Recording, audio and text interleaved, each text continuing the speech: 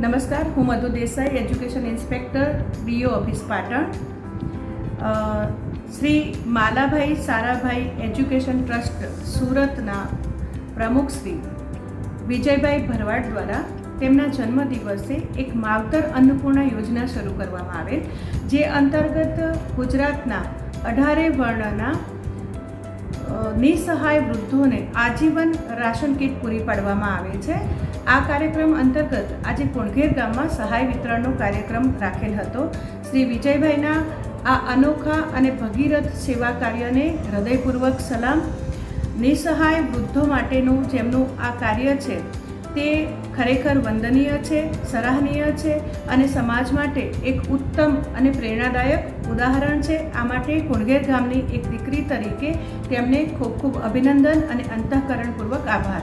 સંપત્તિ તો સમાજમાં હજારો લોકો પાસે હોય છે, પરંતુ એ સંપત્તિનો સદુપયોગ કરીને જે નિસહાયને સહાય પૂરી પાડવા માટેનું હૃદય એ ભગવાન આવા વિરલાઓને જ આપતો હોય છે.